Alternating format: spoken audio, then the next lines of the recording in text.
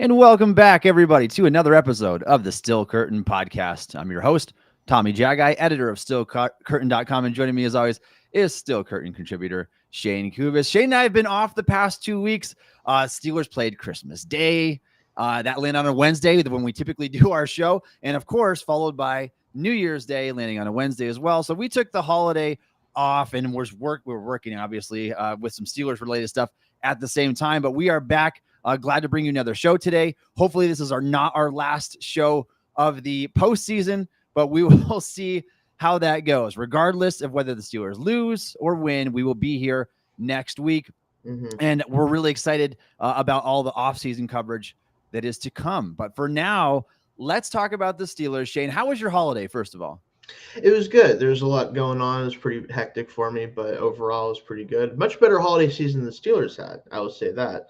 Unfortunately for both you and me, and well, I shouldn't say unfortunate, but it's definitely interesting the way the season ended. And we didn't get to cover it as much as some other people did, but we were certainly watching, so we know what's going on. Yeah, Shayne, there's nothing like working on Christmas Day covering the Steelers in a blowout loss. Obliterated. Yeah. I can't complain, though. I do like my job, but let's get down to it. And I want to start by talking about, we're going to preview, obviously, the Steelers-Ravens wildcard game. That's the big thing for today. Yes, we're going to talk about the problems, biggest Pittsburgh problems heading into the playoffs here. The Russell Wilson dilemma. What do you do with this guy? Yeah. We're gonna try to keep the focus on the playoff game because we know how much time we're going to have after all this is done. But let's start with the Steelers lost to the Bengals. They lost 19-17, a game they could have won after everything that went wrong, Shayne. I mean, your offense was abysmal in this contest. And even with that, the Steelers had a chance to make the game-winning drive if they would have gotten field goal range at the end, which talk about a complete debauchery of time management. We talked about Tomlin's clock management before, but this was bad. And a lot of it was on Wilson. You can't take a sack there. You can't take a sack to get a 3-yard gain. And so they shot themselves in the foot at the end of the day. It was really tough to watch because I was almost ready to be like, you know what? I don't need to watch this anymore. I think I know how this game is going to go. And then they got back into it. I'm like, all right, can the defense get another stop? What are the Bengals going to do here with the ball? We get the ball back. There's enough time where like a field goal drive, especially with Boswell, right? Like you always have a chance with him as your field goal kicker. We know that from the season he's had and from his history with 50-plus yarders. You don't have to get super close for you to feel good about it, right? And they never got close. And the fact that they couldn't even give him a shot is really disappointing because obviously not having to travel to M&T Bank Stadium and the Ravens this week would be huge for a team that quite simply just can't score points right now. And I know our history with the Ravens, and sometimes those games are very, close regardless of the situation. But we just saw what happens when the Ravens don't play out of, like, they're not terrible, and Lamar actually has his receivers play well. They blew us out, right? Like, that's what they're capable of. Instead, you see the end of the game drive where Russell Wilson simply just couldn't do anything right, seemingly for whatever reason. And yet the run that he had instead of dumping the ball out of bounds is just. You can't do that as a 36-year-old quarterback in this league. You just simply can't do it. Yeah, you talked about not giving Boswell a chance. I mean, the guy drilled a 54-yarder in that game. In this game, yeah. And the best kicker in the league this season. And so it was very, very disappointing to see the game end like that. Polar opposite game of what we saw the first time around between these two when the Steelers won 44-38 in a shootout match. I mean, I know that there were some bad things on defense as well. Yes. I mean, we're going to talk about Terrell Austin here in a little bit. But you couldn't have played much better against Joe Burrow and especially defending the run game than what the Steelers did in this game. So it was disappointing to see that even though you held the Bengals to 19 points and they weren't efficient on third down and they went for it twice on fourth down and you held them. But after all that, the offense couldn't show up to play football in this game. And it really was a must-win contest. It brings us to our next point here. The wild card matchups are set. Obviously, they were set the moment these Sunday slate games ended, but the Steelers had a chance to at least do something to better their positioning here. Now, they couldn't control the Ravens blowing out the Browns. We all figured that was going to happen. Yeah, we assumed the line on that game, Shayne, 19.5 points. I've never seen anything like it before, but you think about it, Ravens had everything to play for by winning the division. The Browns had nothing to play for. They want a high draft pick. They do. And so that's where you get the line from. I think I wish Jameis would have at least played in that game. I mean, at least give you a shot. Yeah, whatever. that would have given him a shot possibly, but we knew that game was toast. Even with that, even with the Ravens locking up the division, and we knew that in the hours leading up to the Steelers game, Pittsburgh still could have been playing in Houston against an unspectacular Texans team in the wild card round had they been able to take care of business on their own, and they weren't able to do that. And so instead, we get Pittsburgh at Baltimore this week in wild card. And it's just really disappointing because, again, I understand, and I'm someone who's talked about this a lot. I know our history with the Ravens. I know that games like this tend to be close between these teams, whether it's in the regular season, whether it's in the playoffs. But this is it's not a good matchup right now. And for people who are like, well, Lamar could always have a bad game.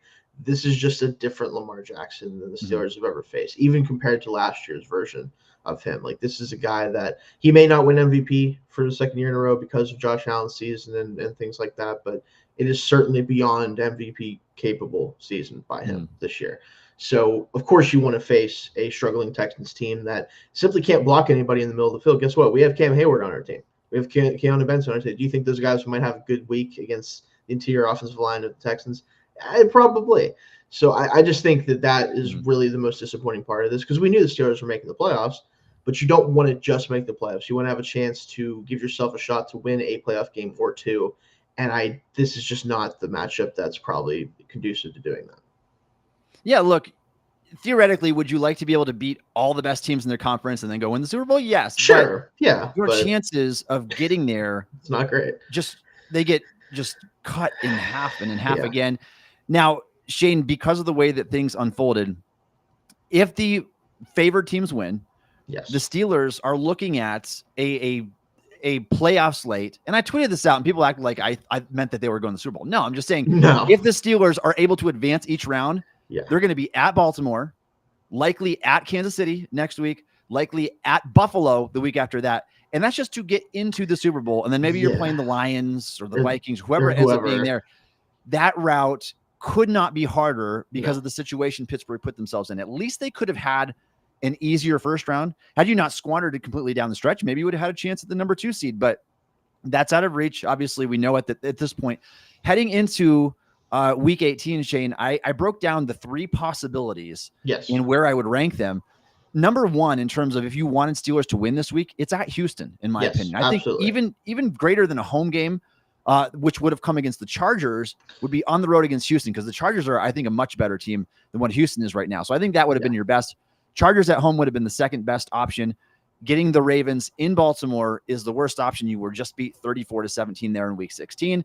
And the Ravens are averaging 30.5 points a game, 425 yards of offense per game this season, first in the NFL. We talked about, before last year, the Steelers had a huge streak of not even having a 400-yard game of offense. And so it just shows you how far above the Steelers they are right now. And it's not hard to see where the line is at. We're going to talk about that line in a little bit. But the rest of these matchups here, Shayne, Chargers playing at the Texans, Steelers at the Ravens. Those are the Saturday games. On Sunday, you're going to get the Broncos traveling to Buffalo to face the Bills, Packers in Philly to face the Eagles. And then the Sunday night game is going to be the Commanders in Tampa Bay to face the Buccaneers. Kind of a little bit of an underwhelming Sunday night wild card round, I feel like, if you ask me. But I think it might be a high scoring game, and so maybe that's why they put it in that spot. It could be fun for sure, because I think both defenses are not having the best time right now. One, because of injuries, one, because of lack of talent. You have a rookie quarterback that's been phenomenal. You have Baker Mayfield, who's always fun to watch, if nothing else, regardless of how the outcome of the game is. So I think that one will at least be pretty fun to watch. So. Yeah, and then you on Monday night, there's one game, Vikings at the Rams. And Shayne, this line just shifted. This just shifted in the last hour or so. The Vikings are now underdogs against the Rams in this game, a 14-win Vikings team. And so I don't know what you do there, but that came down to that week 18 game, Vikings, Lions. The winner to get to the Super Bowl has to play 2 home games. The loser has to play 3 road games. And for a 14-win team to have to do that, that's criminal in the NFL. It is crazy. There almost needs to be a way around that, but it's awful. Yeah, that's tough. I mean, granted, how often does the situation really come up? So I can Mhm. understand that part of it. But yeah, the Vikings probably feel pretty sick about having to go to the Rams, especially because one of Darnold's probably three or so worst games this season came against that Rams team and in their, I think, first or second loss of Mm. the season. So it is tough for them, and I kind of understand the underdog status for them simply because of going on the road. They have already struggled against this team a little bit, but obviously Vikings should feel pretty good about where they're at still, in my opinion. So I agree. Shayne, let's bring this back to the Steelers. Now let's talk about Arthur Smith here. yeah, and not in the way Oh, that I thought we'd be talking about him first, no, but no, I didn't know. I mean, obviously we had Black Monday this week. It's right. the Monday after the NFL season. Everybody's firing their coach. Yeah, but everybody's A gone. They're lot all of getting teams out of here. wiping out their coaching staff. I mean, you Yeah. talk about some teams getting desperate here, though. Arthur Smith has two, not one, Shayne, two head coaching interviews.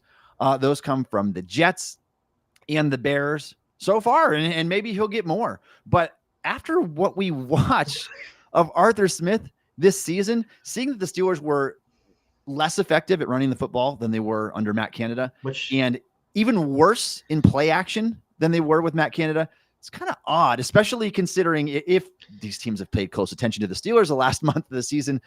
The offense fell apart down the stretch, 14.2 points per game, 174 passing yards a game. Like, it was rough. And so a little surprised to see Arthur getting these head coaching interviews. And honestly, Shayne, it could be completely honest, you got to go back 4 or 5 years now. And since Arthur Smith had a respectably good resume, because he didn't in Atlanta, you have to go to his OC time with the Titans. And so I'm a little bit baffled why he's drawing so much buzz. I thought there might be a chance he would in the middle of the season, like when the Steelers were at their peak and Russell Wilson was a few games in and kind of beat up on teams that we thought were going to be better than what they were, or the Jets there.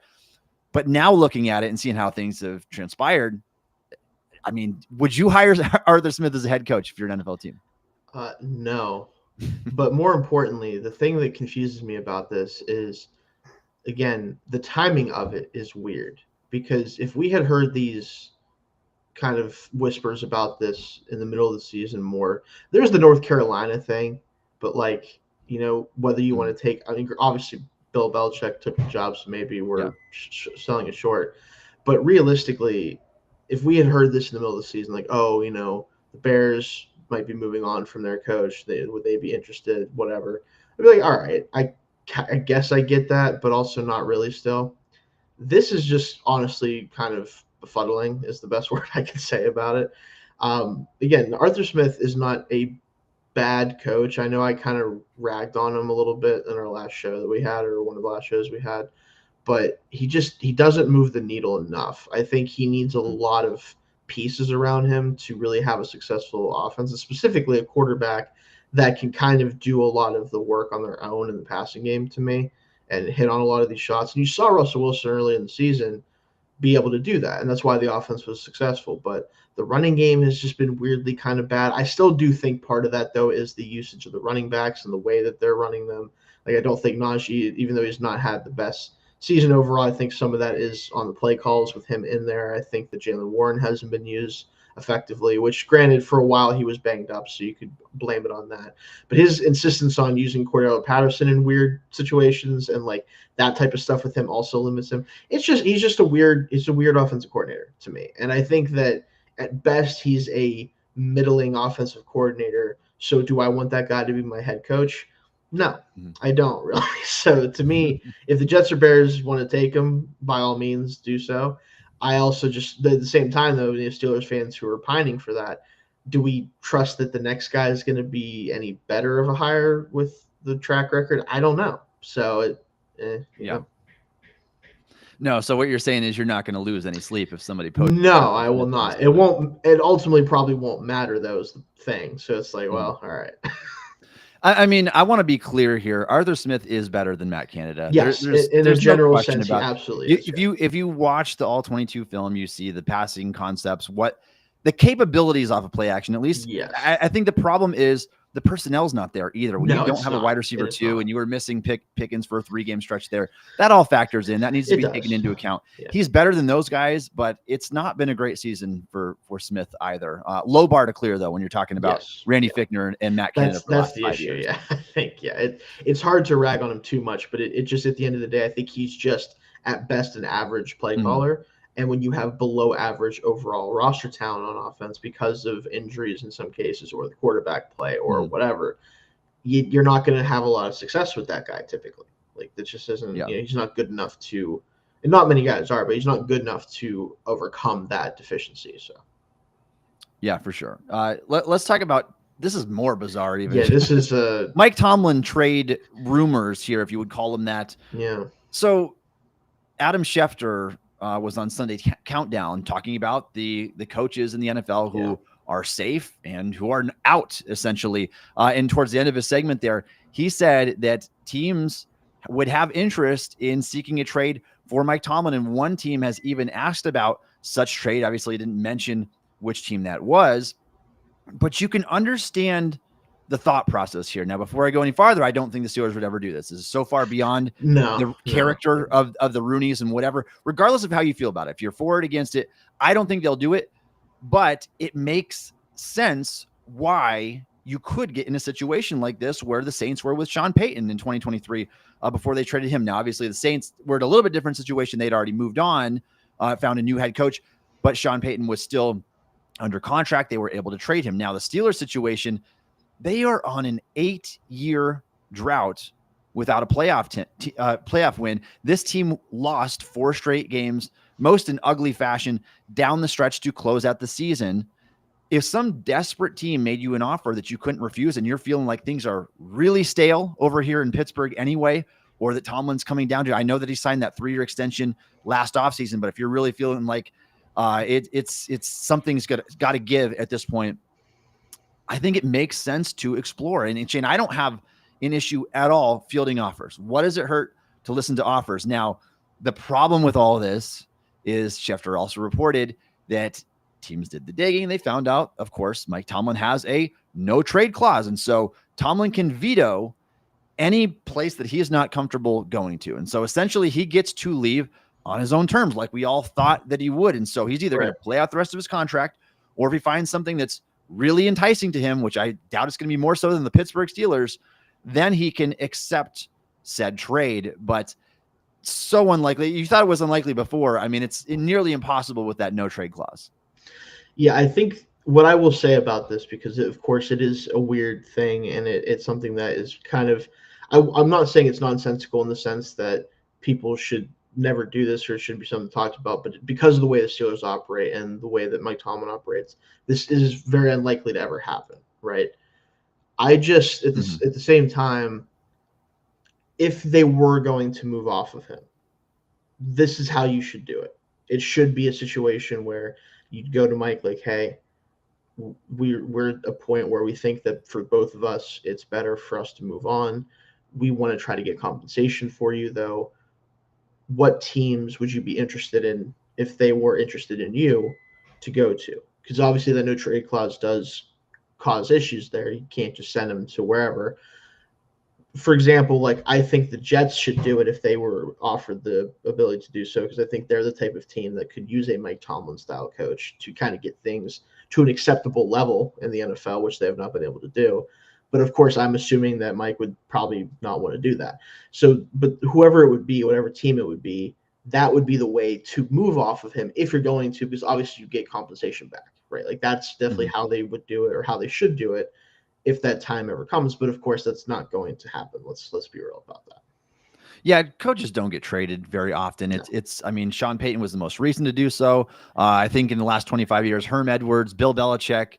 There's another coach in there that I'm missing somewhere. I think there were 3 others besides Payton to do it, but you don't see it happen. Was traded from the Raiders to the Bucs, I know. Okay. Yeah, it's Gruden. Yeah, Gruden. Yeah, I think it was. So, regardless, though, I mean, you got to be scratching your head here. What is the sense of giving a head coach, even one in Tomlin's position, a no trade clause? Because if you try to trade him to any team, Tomlin's not going to say, I don't want you two second-round picks or a first-round pick away from the team that I'm going to. I need that draft capital. Right. I understand it with a player. A player doesn't care less. I mean, they would rather just go to a place where they're going to earn their contract, whatever, compete. But for a coach, it seems like he has every reason to stamp the veto button because he's going to have less draft capital to work with whatever team he goes to. But I understand your thought process, and I'm in 100% agreement, Shayne. If you are considering turning the page from Tomlin because things that have gotten stale, this team has no playoff wins in the last 8 years. They're 2 in the last 13 years, something like it's really bad. Like we're on a really, really bad playoff drought right now. If you were thinking about turning the page, instead of letting him play out a year or two and then decide, and then get a decade into this thing and say, yeah, we're not winning, we got to move on. You could do that now theoretically and say, I'm going to get some solid draft capital with my young front office here, and we're going to rebuild this roster, right? And we're going to turn the page and get a new head coach that can get on board and come with us.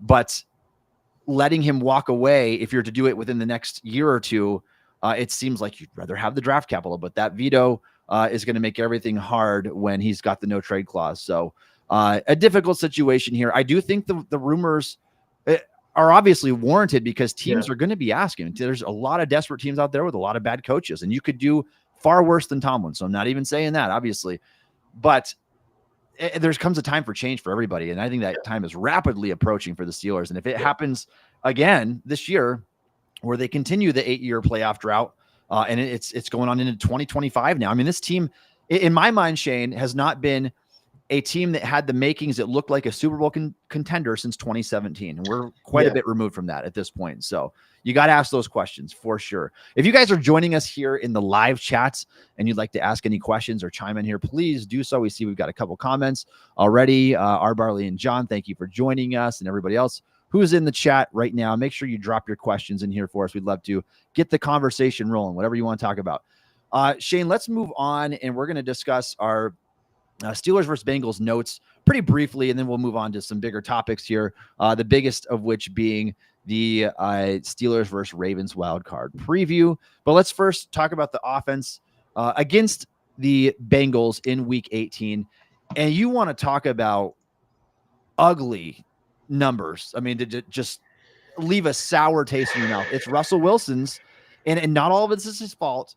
George Pickens had a big drop down the sideline. Freiermuth had a drop that could have at least given the Steelers a chance to go up and spike the ball at the end of the game. But Wilson finished the game 17 of 31, 148 yards. It's 4.8 yards an attempt with a touchdown, but a 31.5 QBR, a 78.4 passer rating, and took 4 sacks, many of which were on him, and the last of which was really foolish to take in the situation that he was in. And so this 4-game stretch from Russell has been rough. It's been really rough, and not everything was his fault. But you go back to the Ravens game in Week 16, he fumbled at the 4-yard line when he could have slid. I know he was trying to get aggressive. I don't fault a quarterback for aggressiveness, but that play really cost them. And then when they were trying to mount a comeback, you could have went down and tied the game in the third quarter. You threw a pick 6 to officially put the game out of reach for the Steelers. He has squandered these opportunities. I know they've come against good teams, tough opponents. You got to be better than that. You have to be better than that. And the Steelers are ice cold entering the playoffs because of it. Yeah, and we'll talk more about Wilson specifically here in a little bit, but the problem ultimately for him is that the early season and his initial debut and moving forward, those first 5 or 6 games, they unfortunately seem to be a bit of a mirage, right? Like we were talking about him as a guy that maybe it was just the system in Denver and the 2 systems he played in. Maybe it just wasn't a fit for him. Maybe it's this, maybe it's that. Because he was connecting on these huge plays. He was playing good football. He was protecting the football. And that has just completely gone away over the last 4 games. And you can sit there and say, well, it was against great competition. And I would agree, like it does make the difficulty higher. But that's why you're here, though. You're here to help elevate this offense and help give them a floor that allows them to compete against teams like this where they haven't been able to do that. So if you can't do that, if that's not something you're capable of anymore, then I go back to our initial point that we had when Russell Wilson was coming back and healthy, And obviously, would we have made the playoffs if Fields stayed in? Maybe not. Maybe we don't win some of those games because the floor was a little bit lower and, all those things. But right now, would you feel realistically, Tommy, because of the fact that the offense isn't working in the passing game, the running game is struggling, would you really be shocked if Fields gave them a better chance to win this week? Would that really surprise you that much if he was able to do more on offense? Not, at least for me, not really at this point. And it's not necessarily because he's much better, but there's a ceiling there, and there's an ability to create there that Russell just doesn't have anymore. And when he can't create anymore, we've seen that if the offense isn't flowing well and he's not making good decisions, he just isn't effective in any way. Shayne, this was the argument from the beginning, and the lone reason that I opposed making the switch to Russell Wilson, because in my mind, you go back into our podcast archives here, we had this discussion, and I said I would rather roll with the 25-year-old quarterback, and the hope is by week 16, 17, 18, and into the playoffs, he looks like a guy that could give you a spark and finally do something in the postseason. Yeah. The problem is Tomlin's decision absolutely looked like the right decision at the time. No question. Russell Wilson was clearly a better passer of the football than Justin Fields. But as the season's gone on, the play has got worse and worse. And now going into the playoffs, the Steelers are on a 4-game losing streak. They're averaging 14 points a game during that span. Wilson is playing the worst football that we've seen him play, maybe of his career. I mean, certainly with Pittsburgh. I mean, the lows in Denver were probably a little lower, but still, this is just not. I would agree with that. But you have to wonder now, had Fields gotten an entire year's sample to build chemistry with his team, to build chemistry with his offensive coordinator, what could he be looking like at this stretch of the season? It's not going to be worse than Wilson. I can tell you that right now. Certainly. At the very least, he gives you the rushing element. Now the discussion becomes, should the Steelers go to him at this point? I think you might be too late in the process. It's a problem that you missed that window, that you can't just throw Fields to the Wolves. I know he had the 6 games at the beginning of the season, but you suddenly throw him in an all-important playoff game in Baltimore, and the weight of the world falls on his shoulders because of the Steelers' offense without him screwing up during that stretch. Like, that doesn't seem fair. It's not all about fairness. You got to do what gives you the best chance. But I think that he's probably cold enough at this point and doesn't have any momentum built. Not that Wilson does either. But I mean, it's not, the Steelers are sticking with Wilson. There's no debate here. No, they absolutely are. I understand why they would do it at this point, because they've already given the whole season. But boy, you need a bounce back game in this one like never before. And if he doesn't have it, wouldn't even consider re-signing him. I'm not signing a quarterback that turns 37 years old next season if the Steelers lose 5 straight games and he looks bad in all 5. Like, there's just not a chance that I'm doing that. But now, counter argument, even though Tomlin looked very right for majority of the middle of the season there, you could go back and say maybe the Steelers should have just left Fields in, let him take his lumps, and then by the end of the year, hopefully he would have been hot enough going into the playoffs, you could have given them something. That's my point. And I agree. Like, that's the issue we run into now, is like, I don't really know if Fields would have ended up working out long-term this season. I don't know if the Steelers would have even made the playoffs. But now that we're in the situation that we're in, now that we're facing the Ravens on the road, a team that clearly has, Super Bowl aspirations and has played like it this year for the most part, I kind of find myself asking the question of whether it matters that we made the playoffs. Because if we lose this game, it's just the same thing it's been the last few years. Like, nothing is ultimately different about this season, despite some things looking better, some things looking worse. The Steelers ended up exactly where we all kind of thought they would. A 9-8, 10-7 level team that has quarterback play hindering them, and a coach that is kind of afraid in the big moments sometimes, to me, and is unable to create a situation where his team can overcome better teams and teams that are more talented, which is what I ultimately kind of thought his whole thing is like, I'm going to get my team to play up to the level of my competition. Unfortunately, sometimes that means you play lower than your level of competition, but also sometimes you can play up to your competition.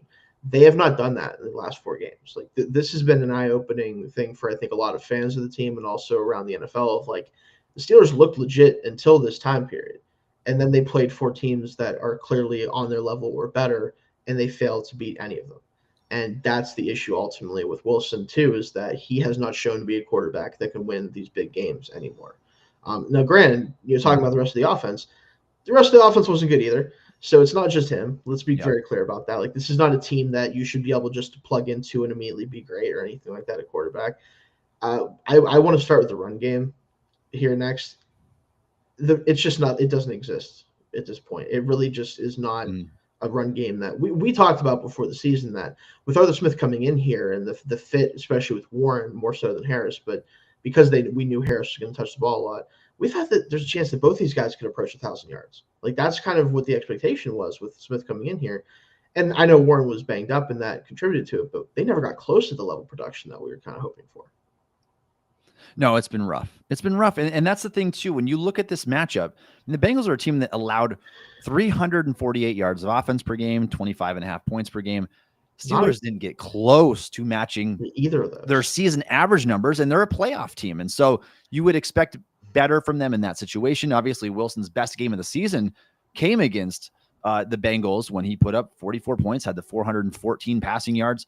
I mean, just looked like a completely different offense, completely different team this time around, despite playing the same opponent. And so that's what's so frustrating. But the rushing, you talked about 23 carries, 74 yards as a team. I mean, 3.2 yards a carry. It was just a rough game all around. The offensive line struggled. Dan Moore, I see some Dan Moore comments in the chat here. We'll definitely get It's been a rough second half of the season for Dan Moore. And this is why you're thankful that you don't give players contracts too early.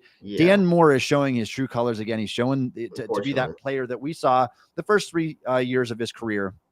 To me, the decision would be very, very easy. We could table this for another time, but you're not re-signing Dan Moore with the way that he played. And he's not going to sign to be a swing tackle either when you have 4 years of starting experience and you're going to be 26 years old. So I've got no interest in that. We're going to turn the page on Moore, and it's been rough. 10 sacks allowed by Dan Moore in the second half of the season. You got to be better than that. I know that you played against Myles Garrett. I know that you played against Trey Hendrickson. Those are not easy matchups, but he also did very poorly in those matchups as well. And so you at least expect him to hold up a little bit better than that. Offensive line, just not a good game at all. Mason McCormick left this game with a hand injury. We're going to talk about his status up here in a little bit. But yeah, I think that's about as far as we can go. I mean, I think Pat Freiermuth had a good game. I think he should have extended on that one to try to get the first down there a little bit. I know it's probably not in his mind to do that. 8 catches, 85 yards and a touchdown. Can't fault him for the game he had, but he did have the big drop at the end, that play where he came up short.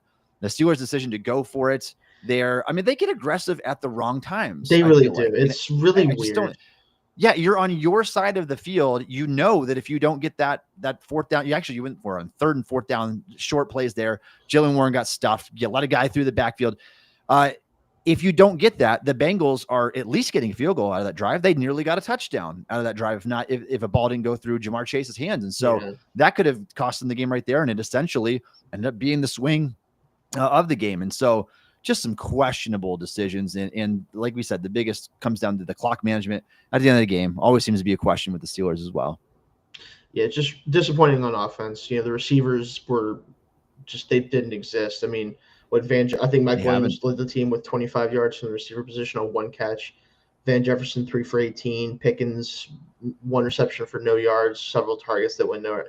There's just nothing. Like, they just had nothing going. There's literally nothing going against a Bengals defense that is about as bad as it gets in the NFL. You know, this team already blew them up earlier this season. Like, this is not someone that they haven't faced. Obviously, it's a division opponent.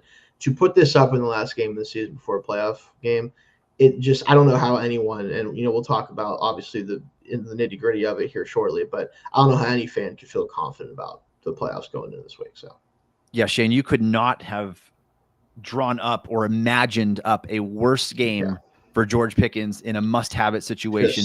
6 targets, 0 yards off of 1 reception, had 3 drops in this game, some concentration drops, the big one down the field. It was just so ugly. And then the cherry on top of that, gets into a verbal argument with a fan out there. Freiermuth has to kind of contain him a little bit. Russell Wilson consoling him. Just reverting back to the George Pickens and the immaturity that we've seen the first couple of years. And we're going to be talking about this guy during the offseason. Trade candidate. I mean, don't for a Potential. second think that he is not. Every Steelers top receiver that they've had since Antonio Brown, since Hines Ward, has been traded. They traded they just Antonio like, Brown. They traded Martavis. They traded Chase Claypool. They traded Deontay Johnson.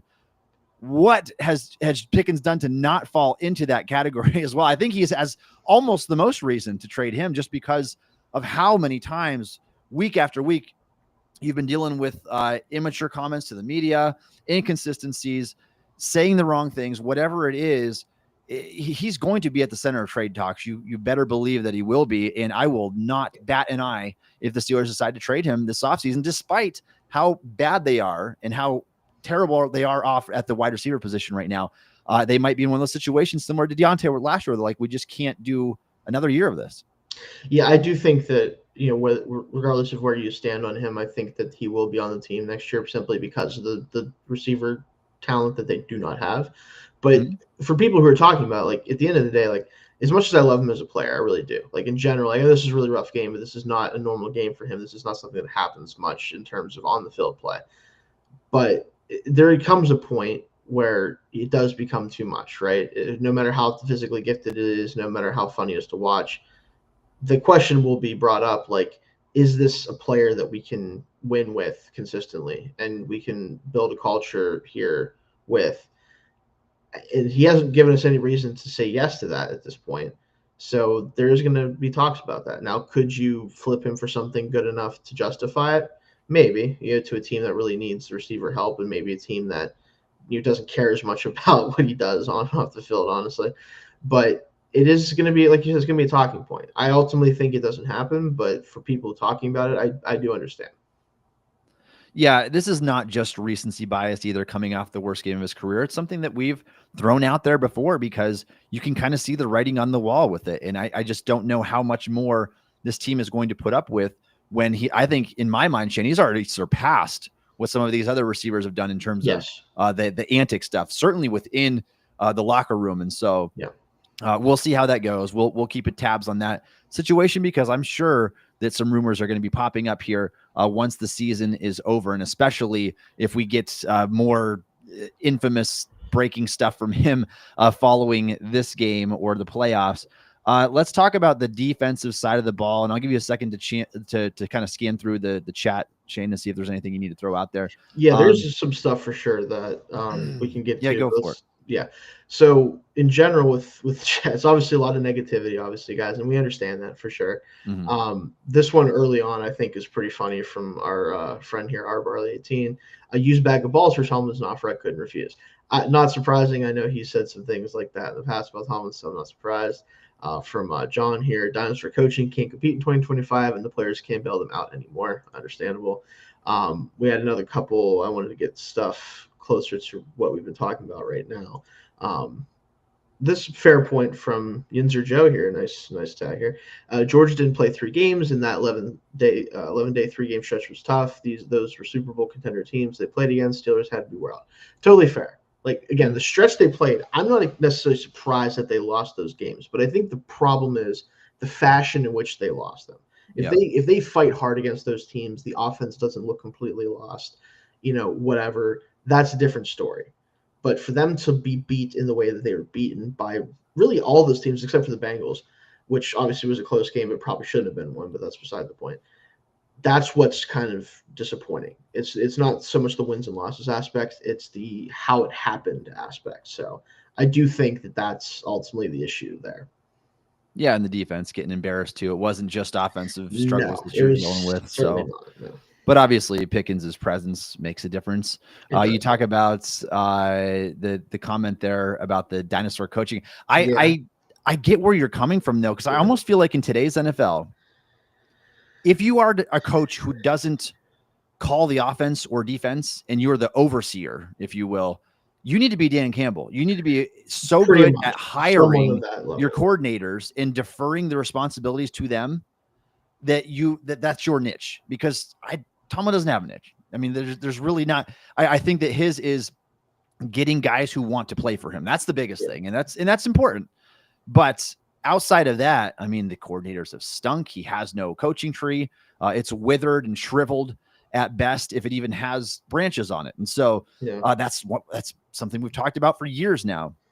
And it certainly hasn't changed with Terrell Austin or Arthur Smith here either. And obviously Smith wasn't a Tomlin guy to begin with, but Austin was, and we're going to talk about him in a little bit here too. Let's get to the defense though, Shane. This game, I mean, first of all, Defensive Player of the Year voting had to be actually turned in before Week 18. And so what happened in this game won't be impacted in the DPOI race, but Watt had another strong, respectable performance, even if statistically it didn't look all that impressive. He had the strip sack that was taken away. I believe that was his second of the year, second strip sack that was taken away this season, which is really going to inflate your numbers by the end of the year. Looking at 11.5 sacks and 6 forced fumbles compared to 13.5 sacks and 8 forced fumbles, looks like it looks a lot meatier by the end of the season. So anytime you get sacks taken away from you because of penalties that don't have much to do with the play, it's always really frustrating. Yeah, the first one, remember he had what game was it?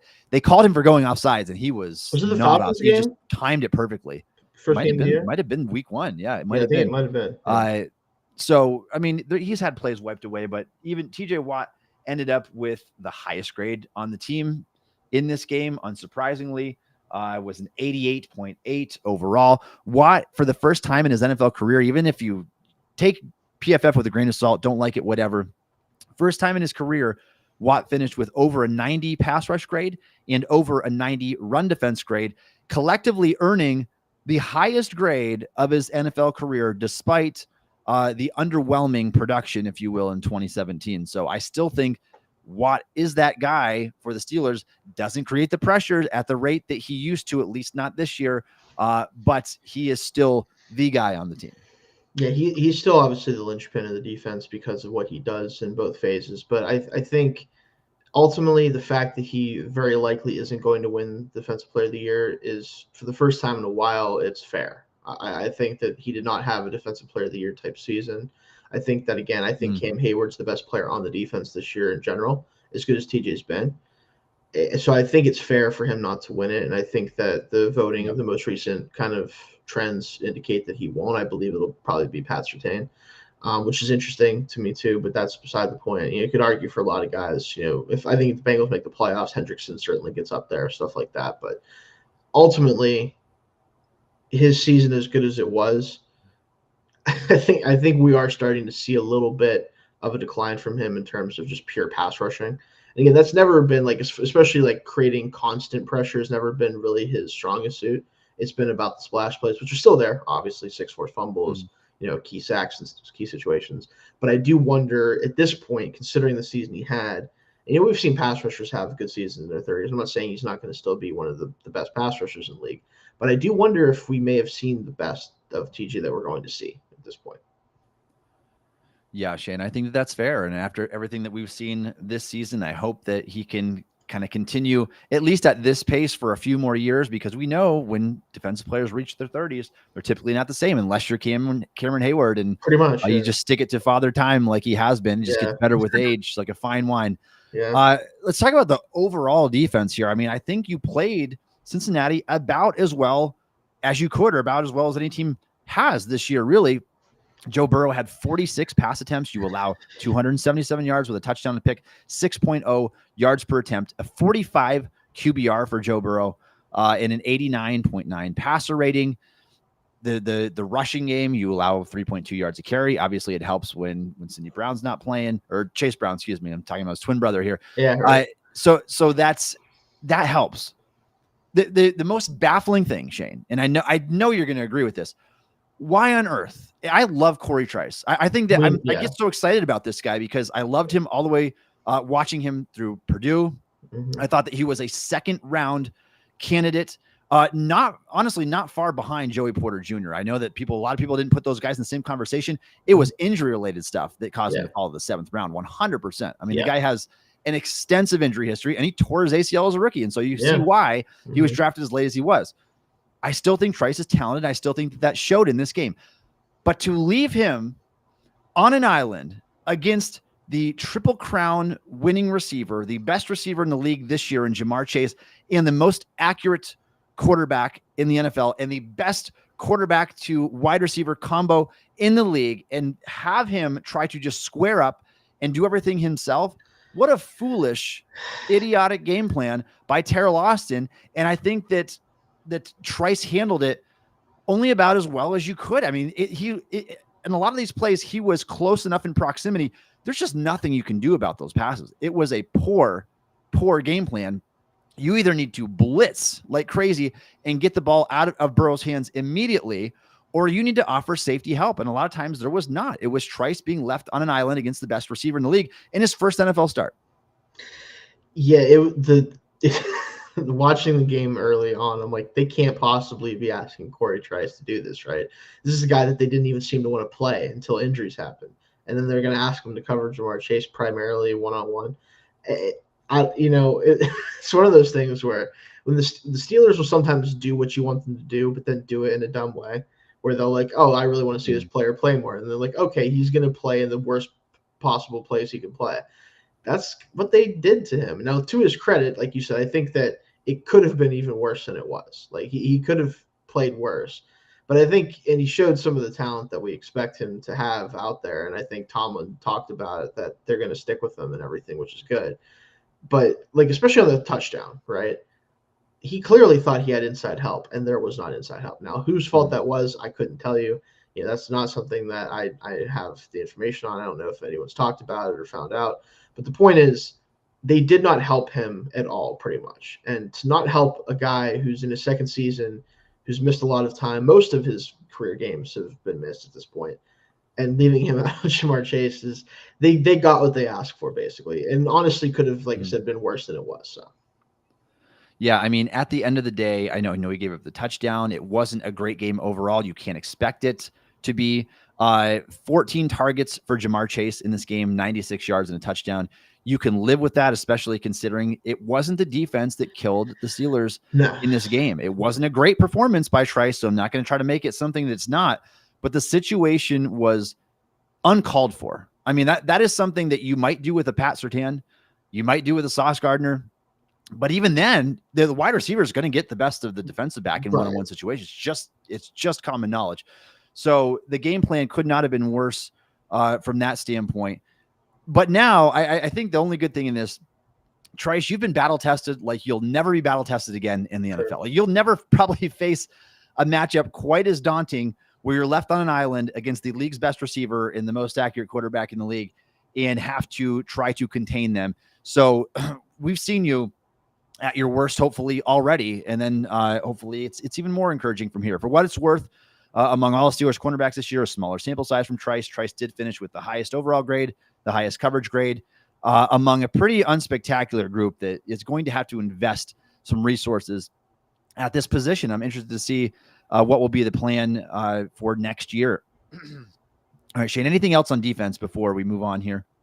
It was nice to see Keanu Benton actually get a sack for once. That was nice. I will say, because he never really gets to sack the quarterback. He gets to pressure him pretty often, but doesn't get to sack him ever. So that was nice. But yeah, again, defense, it was kind of the story of the season where like the secondary wasn't very good in general, but the pass rush was very good and the run defense was good, which it usually is, but sometimes isn't, but was good today or in that game. It just wasn't enough, right? Like this is the type of performance where like, yeah, you gave up 19 points, which is not very much, but you weren't exactly locked down. But you expect your offense against a defense that is far worse than yours to put up more than 19 points. And they did not do that. Yep, exactly. All right, Shayne, moving over to special teams. Chris Boswell can kick in the cold just like he can when it's not cold outside. Yes. But Calvin Austin's fumble, that loomed large. I mean, Austin's been pretty good with ball security this year. Really I mean, I don't want to knock on wood or something, Shayne, but Austin never muffs the ball, and that wasn't the issue. He caught it cleanly. Every punt's been caught cleanly by Austin the entire year, which is it's kind of rare for a young punt returner like that. That happens, yeah. But to lose it on the return, he just didn't have it tucked in tightly enough. That was big, and the Bengals ended up scoring off of that, and that ended up being the difference in the game right there as well. So many things we can point to where the difference. Yeah, I mean, you lose a fumble on special teams like that. And I mean, these balls the Steelers did get one back. I'll give them that. Connor Hayward's recovery was awesome, amazing on the sideline. You had to catch that cleanly was the only chance you're able to slide in bounds with that ball, and he did. And so they got it back there. But yeah, definitely not good for us, and hopefully got that one out of the way, and we don't have any issues here returning punts in the playoffs. Hopefully. All right. We are going to move on here and talk about the Steelers' biggest problems entering the playoffs. Now, before we do that, if you are a fan of the Pittsburgh Steelers and would like to support the Steel Curtain Podcast, please consider subscribing to the Steel Curtain Podcast on YouTube. We appreciate all of your support. And also check us out on steelcurtain.com. We've got articles going up every single day covering everything that's going on with the Steelers. We share our thoughts. We share our opinions. We talk about what the team should do, what we're going to predict that they're going to do, more than just covering the news. If you have not been going to that site daily, make sure you go to steelcurtain.com for all of your Steelers coverage. All right, Shayne, let's talk about the problems entering the playoffs here. And we're going to start with Russell Wilson. We'll make it somewhat brief on each of these guys because we have touched on them each a little bit, but now more so than just his awful game against the Bengals. We're looking at a quarterback who could not be more ice cold heading into the playoffs. The Steelers lost 4 straight, 14.2 points per game during that stretch. Wilson has no momentum here. Sacked 4 times during that the Bengals game alone.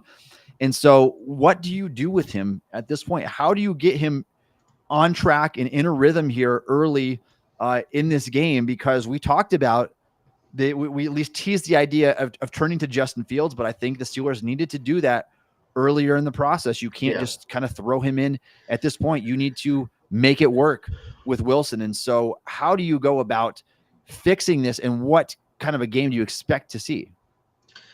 I think the hard part with Wilson is that he's not really a quarterback that you can easily get into a rhythm because he doesn't really attack the middle of the field. He tends to be big player check down oriented, which was working really well to start his Steelers career, but since then is not, because he's not hitting on the big plays. The teams are basically selling out on that a lot of the time, and then just coming up to tackle guys in the short game when he dumps it off. There's multiple times in this game where if you go back and watch that he had somebody breaking in the middle of the field, but chose to check it down and get almost nothing for it. It's really hard to get a guy like this going when he's struggling because you pretty much have to bank on hitting a couple big plays. Like we talked about it whenever he came in, and we talked about how the big plays were going to be how this offense works with him. And if they're not hitting, then the offense isn't going to work. Well, they haven't been hitting and the offense doesn't work. And I hate to try to simplify it so much, but that is kind of the reality with him at this point. Is he is a guy who throws an incredible deep ball when it's on. He has the ability to still run around a little bit, and he can make a couple big throws a game.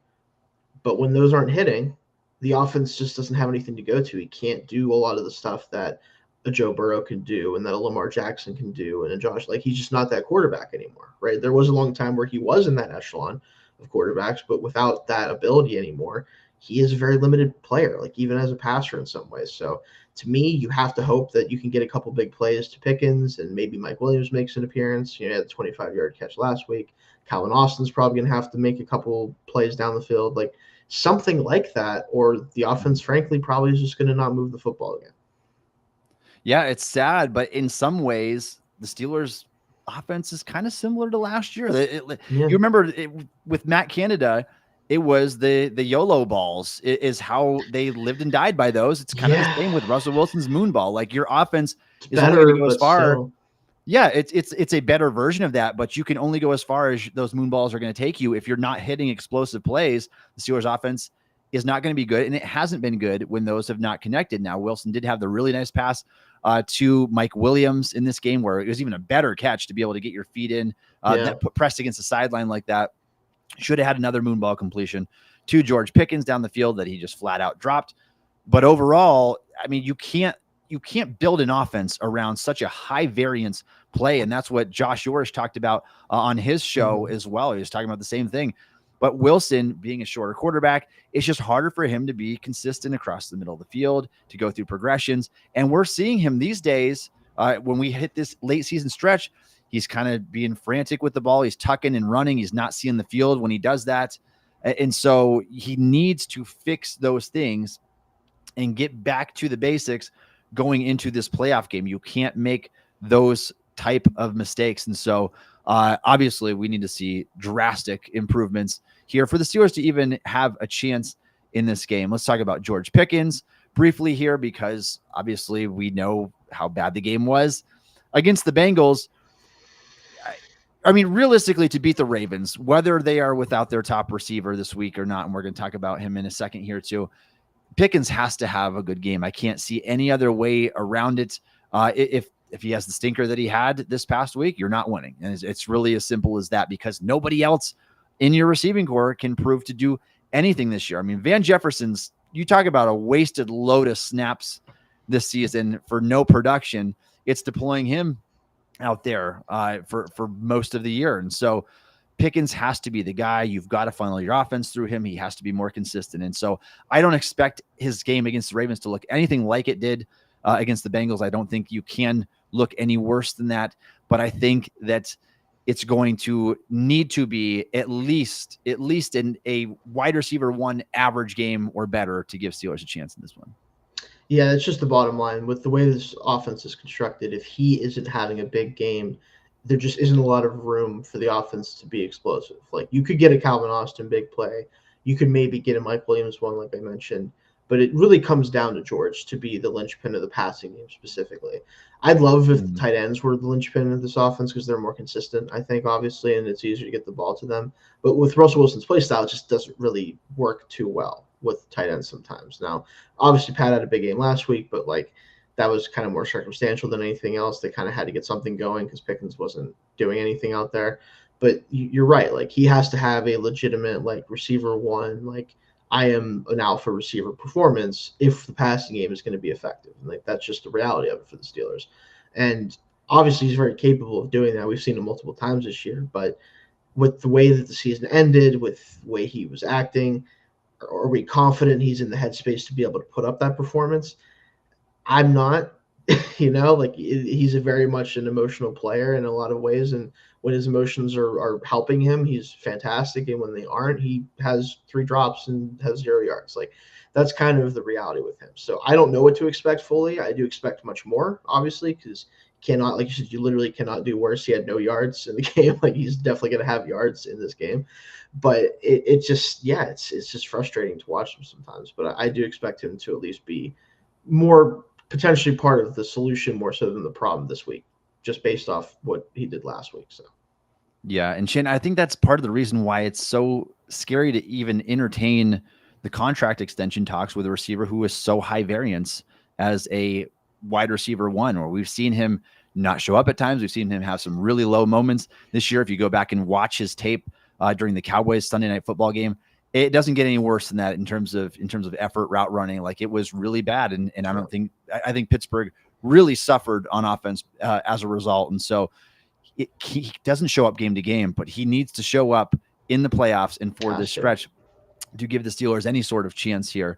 Let's talk about Terrell Austin here. And we've already brushed on his egregious game plan against the Bengals, so I won't harp on that right now. But overall, his defense just needs to be more aggressive. I think that is part of the key here. If you look at NFL blitz percentages in the league in 2024, the teams at the top of the list, Shayne, the Vikings at 38.9%, the Lions at 34.6%, the Chiefs at 31.6%.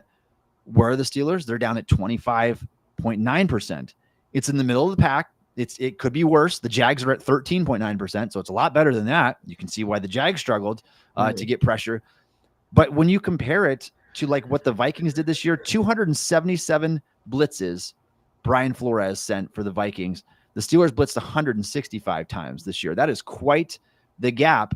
And if you're wondering why TJ Watt had a harder time getting pressure, you refuse to flip him around, you refuse to run stunts, and you don't blitz very often, that is a key factor right there. Shayne, if only the Steelers had an aggressive defensive coach like a Brian Flores. Yeah, if only they had that guy at any point in time. That would be pretty cool. I've literally heard people make the argument, Shayne, that, well, Flores was never going to stay anyway because he's going to become a head coach. Hasn't so far. Well, guess what? Would you rather have a good coach for 2 years, or would you rather have a bad coach for as long as you want to have him? Like, that's literally what it's coming down to for the Steelers. We all saw this coming. I was worried that another Tomlin understudy would be an underwhelming option at the position, and at the DC position, and it was. Flores would have been the better option. Like everybody here and all of us writers at Steel Curtain were saying that we would have liked to have, because of what he did in Miami, because of his aggressiveness. The Steelers did not go that route. They went with someone who's a little bit opposite in some ways of Keith Butler, because Butler did blitz a lot, though his zone heavy scheme did not work well in pass coverage at times. So part of that was a personnel issue. But Austin has just been so bland from what he brings in terms of creativity in the pass rush and in blitzing, that it's really hurt the Steelers' ability to get quick pressure on the quarterback.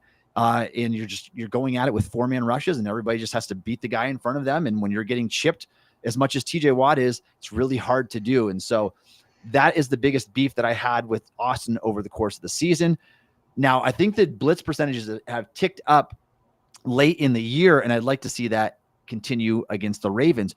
You can't let Lamar get too comfortable. You can't be overly aggressive against him, because he can kill you as a rusher as well. The Steelers play Lamar well typically, but he also needs to call a good game, obviously. Yeah, I think that the problem with Austin ultimately, and this is a problem for a lot of teams around the league, is that defense is definitely still a major part of the game, obviously, and I'm not saying it's not, but it's harder than ever to stand out defensively because of the way the offense works, because of the rules in the NFL that favor the offense. If you don't have someone who is innovative, if you don't have someone who is aggressive and tries to trip up the offense in creative ways, you're probably going to have a pretty low ceiling defensively. Like, that's just kind of the reality of it. And that's what the Steelers have been. Like, I think they blitz situationally more so than anything else. They're not a very high, obviously, rated blitz team, but they tend to do it in certain situations more often.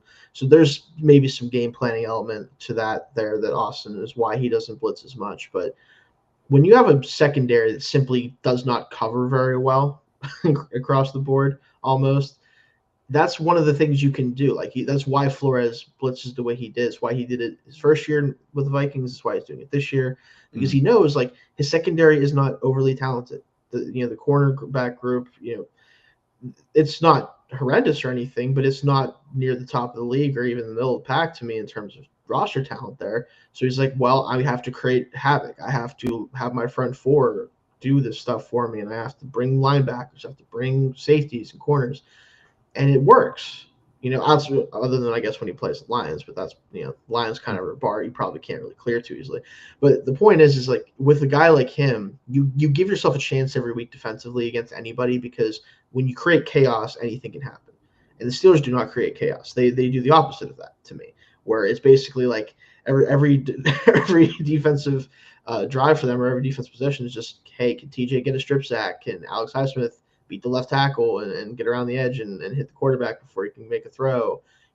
Can Cam Hayward bat the ball down? Like, it's not normal things, right? It's not like, we're trying to create a specific pressure here. We're trying to bait the quarterback into this or that. It's basically, we're going to play probably man coverage a lot of the time. We're going to have the front four get after it. And if they lose, oh, well, we'll live with it. You can't live like that in the NFL, no matter how talented you are. And I think that's why the defense is still really good for the most part, is because of the roster talent. But you shouldn't just bank on your roster talent. To me, it's kind of taking the easy route. And I don't want to accuse Austin of, like, not trying, obviously, but I think he just views this team as, well, it's a player-driven league and a player-driven defense. Like, I'm gonna let them kind of do their thing and make it simple on them. Just have them do kind of a lot of the same stuff. It just isn't. It's not working well enough. Yeah, Shayne, the more you watch, and obviously you know this too, but it's so easy to spot the gap differences, the tier differences between good offensive coordinators, bad offensive coordinators, good defensive coordinators, and bad defensive coordinators. It's why guys like Flores and Aaron Glenn are thriving this year. And if you watch what they do, these amoeba blitzes where you put a bunch of guys at the line of scrimmage and then some drop back and some blitz, I don't care what quarterback you are, it's going to make it tough on you. And so to not be able to generate that quick pressure, I mean, that's one game to counter the quick passing game in today's NFL. You get even quicker pressure, and your cornerbacks don't have to cover long, like you said. And so could that have masked the cornerback play in Pittsburgh? Absolutely, it could have. Now, they might have gotten killed down the field a few times every now and then, but if the pressure doesn't get home, but I still think it's better for your defense overall. I think that's proven in the case. So you look at all the top teams in the league in terms of the blitz rates, it's really like the Eagles are the only great defense this year that is blitzing at a low rate. And so almost the rest of them have to blitz at a high rate to be a good defense. It kind of goes hand in hand this year. Let's talk about Arthur Smith real quick here. And I mean, obviously his job's not in jeopardy because my goodness, he's got head coaching on his contract with the Steelers. He's getting head coaching interviews, but maybe just make a statement, Art, like for once, and just be overly aggressive, because I think that's the only way you're going to come away with a victory. What's so frustrating, Shayne, is to hear Mike Tomlin get asked about the Steelers' reluctancy, the opposite of that, to run the ball, smash the ball down the throat. I think they ran 12 consecutive times in this game on first downs, not counting the 2-minute drill. But to do that and to be so adamant about running the football and not do it well, why are you sticking with it? Like, change it up, find ways to get explosive plays, do the equivalent of what would be a run, do a screen pass, do a slant over the middle of the field, do something that has more upside than your first down run that you're pulling out here all the time. I don't understand his game plan as of late. And the Steelers' clock has been terrible. They've been so bad in time of possession, where, I mean, they got doubled again. They were seconds away from getting doubled against the Eagles.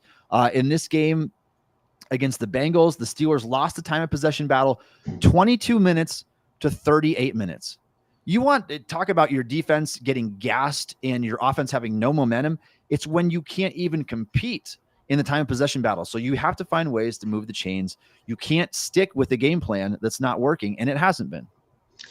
I think the most damning thing for Arthur Smith is that, and I talked about this earlier, I mentioned earlier when we were doing our preview of the season, we were talking about him coming in and what our expectations were, this and that. The run game was supposed to be what this team leaned on, regardless of who the quarterback was. You know, we didn't know at that point for certain. We assumed it'd be Wilson, and ultimately was him once he was healthy. But whoever it was, the run game was supposed to be what drove this offense. It was supposed to be the identity of the team, because they want to play that way. We knew that's what Tomlin wants to do. We know that's part of why the run game is so big a part of the team still, and why they ran on, what you said, like 12 consecutive first downs. The problem is, like you said, he has not done a good enough job of getting the run game going for a multitude of reasons. You know, part of it's been offensive line play, part of it's been not the best fit for Najee, this and that, Jaylen Warren being banged up. There's plenty of things you could point at and say, like, it's not just Arthur Smith not doing his job, right? Like, I understand that. But we know this team can't run the football consistently. Like, we know that. The proof is in the pudding. So why do you continue to just basically dig your own hole every week? That's the most frustrating thing. And that's why ultimately, regardless of the fact they had a good stretch of success in the middle of the season, regardless of the fact that he is significantly better than Matt Canada, if you try to tell me Arthur Smith is anything more than an average offensive coordinator, I would just ask you to show me the evidence of that, because he has way more evidence of being an average offensive coordinator at this point than he does a great one. You can look at his Tennessee days and say, well, you know, look what he did here. And Ryan Tannehill wasn't a world beater, this and that. He made him look better. I don't care. It was, 2018, 2019? Like, I don't care about that anymore. It doesn't matter. Like, this is part of the problem with Tomlin, too. And we're going to get to him. I don't care about what you did in 2008 at this point, or 2010 or 2016. Like, I don't care. It doesn't matter right now. What matters right now is, can you figure this out? And Arthur Smith has shown no evidence that he can. And part of it is obviously the personnel, but it's still, you're the coach of the offense at this point. You have to take it upon yourself to at least try to do something to mitigate the issues. And to me, it feels like he's just kind of doing what he wants to do, regardless of the results, and saying, well, I called the game the way I wanted to. If it doesn't work out, it doesn't work out. That's not how you fix issues. Yeah, Shayne, you run the ball to set up the pass. You run the ball to control the clock and to get the occasional explosive play. But the Steelers aren't controlling the clock running the ball. They aren't setting up the pass well, because the pass has been abysmal. And so why stick with the game plan that isn't working? And so we've got to see something different. Obviously, treading down this path is going to result in Steelers being one and done in the playoffs. And so time to switch it up. I know you don't trust your receivers outside of Pickens. Now you don't even trust Pickens all the time either. Yeah, but you have to find a way to move the chains, because as diligent as you are running the football, you're still not good at it this year. And the splits have been really bad, and they've gotten a lot worse in the second half of the season. In fact, I've got the numbers here for Najee Harris, at least in weeks 1 through 8. Najee averaged 4.3 yards a carry, 2.4 yards per carry, yards after contact per carry, 12 broken tackles, and a 79.8 run grade from PFF. From the bye week to the end of the season, Najee's averaging 3.5 a carry, 1.6 yards after contact per carry, 8 broken tackles, and a 68.6 run grade. It's just everything has gone downhill, and you're not efficient at it. I think you're like 24th in the league in rushing efficiency, despite being one of the highest volume teams. And it's kind of becoming the story of Arthur Smith's career these past 4 years now, 3 in Atlanta, 1 in Pittsburgh. You are always among the league leaders in rushes, but you are not among the league leaders in rushing efficiency. And that's what it comes down to, is efficiency. I do not care that Najee had his 4th straight season of 1,000-yard rushings.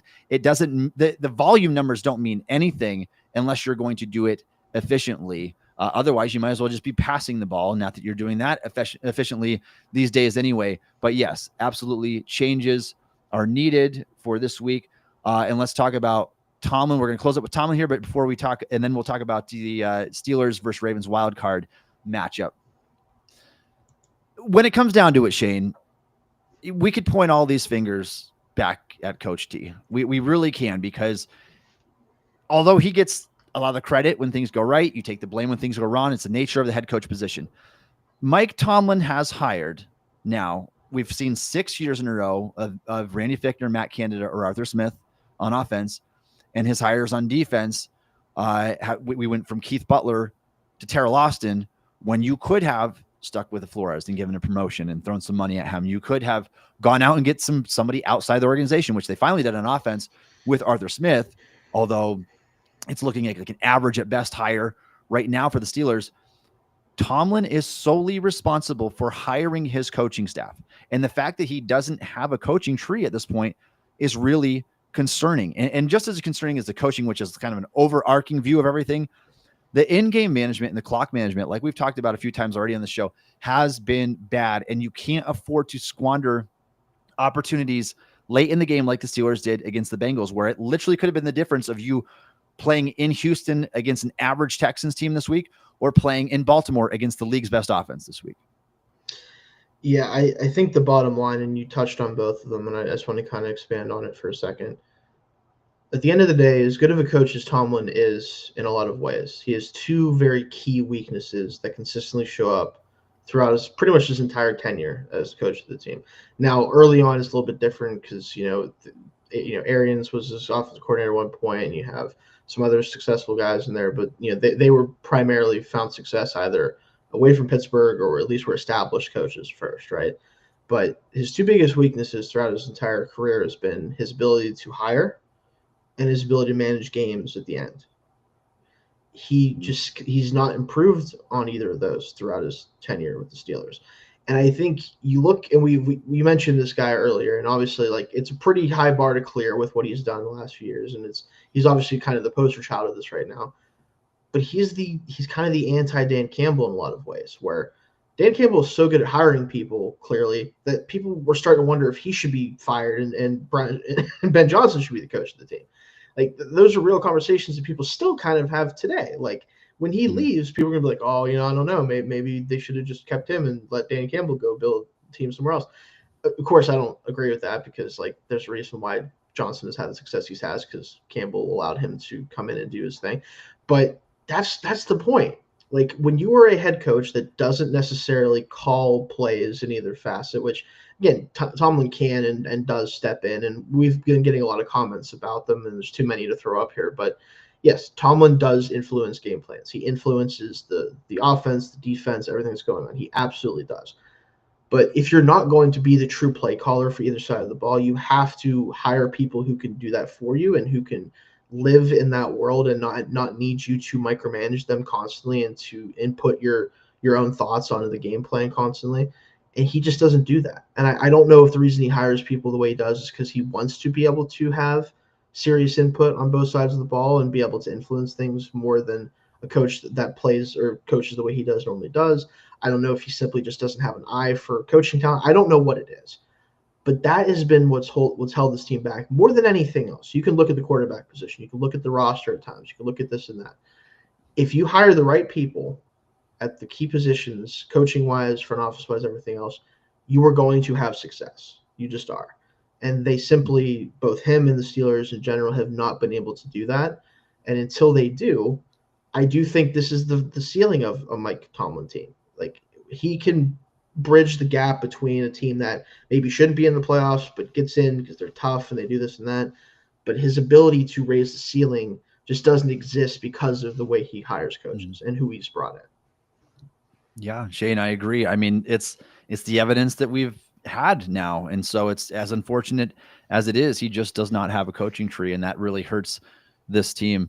All right, we're going to move on and talk about the Steelers versus Ravens wildcard preview. If you have any more questions for us, make sure you get them in the chat here, and Shayne and I would love to be able to discuss those with you. I see that Dan, the Steelers fan, chimed in here a little bit ago saying how upsetting was the 10-minute drive. That was it was like 10 minutes and 29 seconds against the Eagles.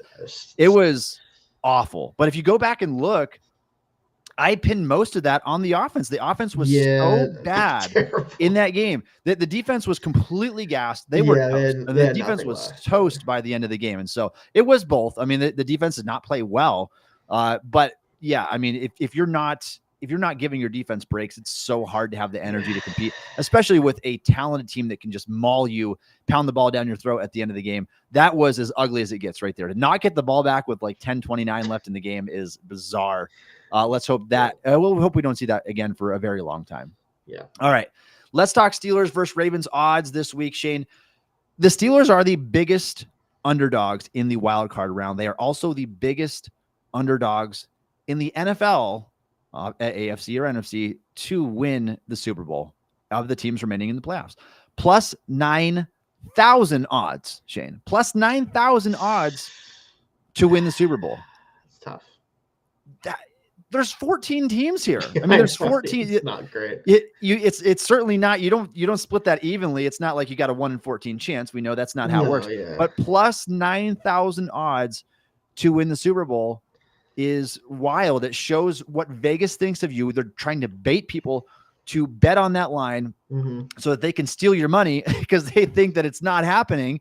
But you compare it to other teams at the top of the list. I think the Lions are like plus 230 odds. Like that's the gap you're talking about in talent tiers here heading into the playoffs. Futures. Let's see. Yeah, championship odds. The Lions plus 285. The Chiefs are at plus 350. The Ravens are at plus 550. So, I mean, Vegas feels pretty confident that the Ravens are going to come away with this one, but we'll see. All right, so the Steelers are plus 9.5 this game, Shayne. That's a big line for a playoff game. And what was it last year in Buffalo? Do you remember what the line was going? The Steelers had Mason Rudolph and no TJ Watt, and I think it was right around what this is. I think it was a little bit lower because the people were wondering if the weather would factor in, I think, too. Granted, obviously, that didn't end up mattering because of the snow removal and pushing it back and everything. But I think it was a little bit closer than this line, which I will say justified line, unfortunately, because I know that's the question with this. We always talk about, is this justified? I mean, I don't know how you could justify anything better than this. Like, realistically, the Ravens, for one, are just on a heater right now. And so that factors in, and the Steelers are on the absolute opposite of that. They just aren't playing well. But also, again, Steelers are going on the road. This is a team that they've played twice already. In one game, they barely snuck it out, and mostly because of shenanigans that only happen in Steelers-Ravens games. And then in the second game, they were soundly beaten in pretty convincing fashion, mostly because of the turnovers of their quarterback. Why else? Why wouldn't you have them as huge favorites? Like, why would this feels like the Steelers are about to be put out of their misery? And I hate to say that before we get to our predictions and everything else, but that's just the vibe of this game. Like, it just feels like we're being sent out there to start the playoff run for the Ravens. Like, that's literally what it feels like. And of course, we'll talk about how they can get it done, how they can avoid that, the whole 9 yards. But it's hard not to feel like that right now. So yeah, it shouldn't catch anybody by surprise when you are terrible the last month of the season. And then just in week 16, which was on December 21st, I think it was, Couple the weeks Steelers ago, lost 34-17 to this very team in the same exact situation in Baltimore. So you can see why Osmaker set the line where they did. And for what it's worth, the Steelers are bigger underdogs than the Broncos with a rookie quarterback going to Buffalo to try to beat likely MVP Josh Allen and the Bills this week. And so in the Denver just has more momentum. And I think it comes down to that heading into the playoffs. Let's talk about injuries in this game, Shayne. The Steelers are as healthy as you can get really outside of a hand injury. And that hand injury is to Mason McCormick, starting right guard. I think the rookies played well this year, certainly proved to be the better option between him and Spencer Anderson after James Daniels went down with the injury. A lot of promise to look forward to there. McCormick is going to try to battle it out. He's going to try to play through. He was a limited participant in practice on Tuesday of this week. So obviously best case scenario is he can club that thing up and he can play. You do need grip strength. You need hand strength. You need all those things to be an offensive lineman. So he's probably going to play through quite a bit of pain playing with a broken hand. And you hope that it doesn't affect him because it's his inside hand, his left hand that's broken. And so somebody gets an inside move on him, a straight path to Russell Wilson. It's what you have to worry about there. The thing is, if you don't go with him, then you're looking at playing Spencer Anderson in this game, a player who is very underwhelming and a borderline roster player, in my opinion. And so the gap still is big enough that if he can give it a go, I would absolutely roll out McCormick. Yeah, I think as long as he's healthy enough to give it a go, he needs to at least try. And then, if he can't get it done or he just doesn't feel like he can play, then you have Anderson to throw in there. But yeah, his health definitely matters in this game. So, and these are the situations where not only do you wish that Daniels didn't suffer a season-ending injury, you wish that maybe a Nate Herbig was here still, who was injured even before Daniel was before the start of the season. So all their depth was decimated. I mean, we've talked about halfway through the season, if they had suffered an offensive tackle injury, I mean, you're playing Calvin Anderson and you are toast at offensive tackle. That point it's over. Yeah. If you thought that Dan Moore has been rough this stretch, you haven't seen anything. You get a lot worse than that. So fortunately they've made it to the playoffs here with a mostly healthy line, at least this unit that we've seen for most of the season now. And the collection of Frazier and McCormick has been pretty solid overall, as well as you can expect rookies to do. They have two of the lowest pressure rates allowed in the NFL this year, for what it's worth, among all NFL rookies. I think Frazier is first and McCormick is fourth or fifth, I want to say, off the top of my head here. I don't have the numbers in front of me, but they're both really high in the list. That's the big one for the Steelers. Everybody else is looking pretty good. Roman Wilson is practicing. Cole Holcomb is practicing. Not that it matters. Again, we talk, yes. You want to talk about too little, too late. It's throwing a wide receiver with 5 NFL snaps in there, or throwing a linebacker who was injured in week 8 of last season and making him come in and try to do something. Not going to happen at this point. Those are just guys to look forward to in the future. Now, if they would have started that practice window several weeks earlier, maybe they could have done something by this point. I'd be really, really surprised if Wilson even gets a hat this week. Yeah, I don't think we know Mike Tomlin, and we know that he's going to go with the guys that are already on the moving train, not the ones that have to jump on the moving train. So unfortunate as it is, this team could really use a spark at wide receiver. I wouldn't trust Wilson to give him that anyway, just because he's been out of the loop with everything. But yeah, everybody's practicing. It basically comes down to McCormick. The other one that I wanted to note here is Cam Hayward missed practice on Tuesday with a sickness, the ones that he had talked about after the Bengals lost there. I mean, he's going to have to be he's got to be on his deathbed for him to miss the wild card game. It's not happening. No, he'll be all right. But I will say, the funny thing with the Wilson thing, it is funny though with Tomlin, because like it doesn't matter how good he looks or how what's going on with him. He's just like, why would I take my bad receivers out and play Roman Wilson? He might be bad. That's just kind of, what I mean? It's the same thing all the time. I'm not saying at the end, this is different than Joey Porter not playing a lot the first 8 games last year, not playing Keanu Benson stuff. It's different than that, because Wilson has literally showed nothing. He hasn't practiced the whole night. It's okay that he's not playing. Let me be very clear about that. But it is just funny to think about, man, I can't play Wilson. He might be bad. I'd have to take out, I don't know, Van Jefferson, who's bad. Like it's just Shane, a funny. what would you, I mean, what kind of performance would Wilson have to have if you give him Van Jefferson's 40 whatever snaps in this game and say, go out there and do what this guy has been doing all season? Like, is he going to be worse than that guy? I don't care if this probably not, but you worry about, like, is he going to know what to do? Is he going to have the offense down? Is he going to maybe drop balls because he hasn't been practicing? And like, that type of thing. I mean, honestly, it would have to be like that's he runs the wrong route and the Steelers throw an interception, and that's the difference in the game. I understand that for sure. Yeah, that's but probably man, it just you hate to see a guy miss essentially his entire rookie season. Like I said, played 5 snaps. He was dealing with the high ankle sprain, didn't even make it through one full padded practice, and then he went straight from that into a hamstring injury that kept him out the rest of the year. And so you hate to see him miss all that time. Hopefully he comes back and can do something for them next year, but I just don't see it happening right now. I'm hoping so, yeah, but we'll see. Ravens injuries, Shane, one really big one to know, really big one. Zay Flowers, who put up 100 yards on 8 targets last time around against the Steelers, suffered a knee injury against the Browns. And I don't know if we've gotten clarification on what that was yet. I don't know if it's a bone bruise or what it was. He's listed as day-to-day, but by Ian Rappaport, it sounds doubtful that he's going to be able to suit up for this contest. It made it look like they were looking ahead to the divisional round where he could potentially play next week. If that's the case, you talk about catching a really big break right there. If you're the Steelers, we don't ever want to root for injuries. Obviously, I want to see everybody play healthy. I'd like to see the Steelers beat the Ravens at their best.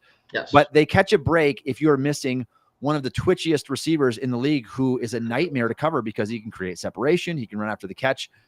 It's going to bring everything down a little bit for the Ravens in this game. And it's going to make it so your toughest assignments, you're going to have to contain Aguilar and Bateman and still Mark Andrews, but it becomes a lot more attainable to do that without a number 1 option. Absolutely. And it does help the Steelers a lot if Flowers can't go, because he is kind of what makes the receiver group work really well. Because Bateman is really has really stepped up this season in general. But he's always been pretty inconsistent. Nelson Aguilar is Nelson Aguilar, so do with that as you will. Maybe if Deontay Johnson hadn't somehow burned a bridge with the Ravens, maybe he would be looming large in this game, but we don't have to worry about that. Ultimately, if he doesn't play, it obviously it makes, like I said, things much easier for the Steelers defense to deal with. However, I venture to think that they could lose a lot of offensive pieces before it might matter, unfortunately.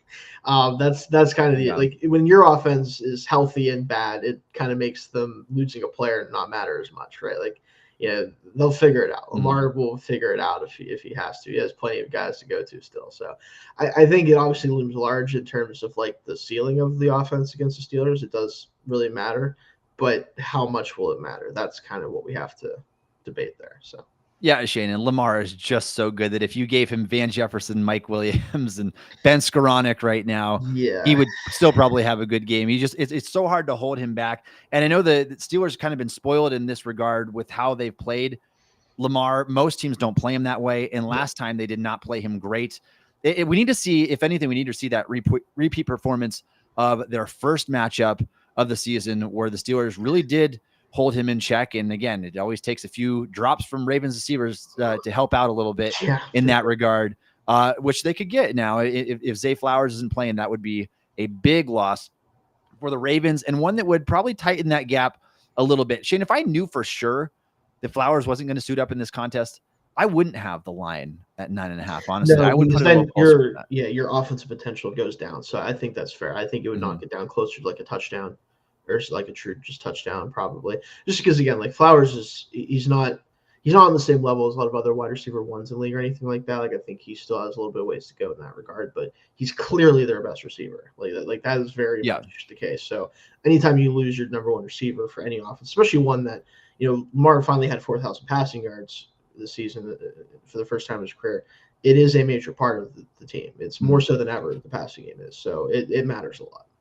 Yeah, and seeing this injury with Flowers and predicting that he's going to be either unavailable or playing banged up. For what it's worth, I did bet the Steelers would cover the spread, and I was giving you a little clue to granted, that's not really if they don't cover the spread, like there'll be probably someone downtown. Your head's going to roll, if you don't cover that spread here and get blown out again in the playoffs. Yes. Let's talk about some matchups to watch here. for the Steelers. I mean, containing Lamar Jackson, nothing is bigger than that. Obviously, that goes without saying.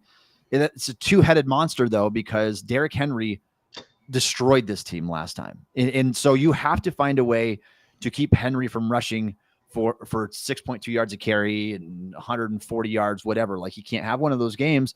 That'll be all she wrote if you did, unless you really just completely shut down the passing game to go with that. And I think in the first game, Shane, I'm pretty sure the Ravens ran pretty well, but they didn't pass as well.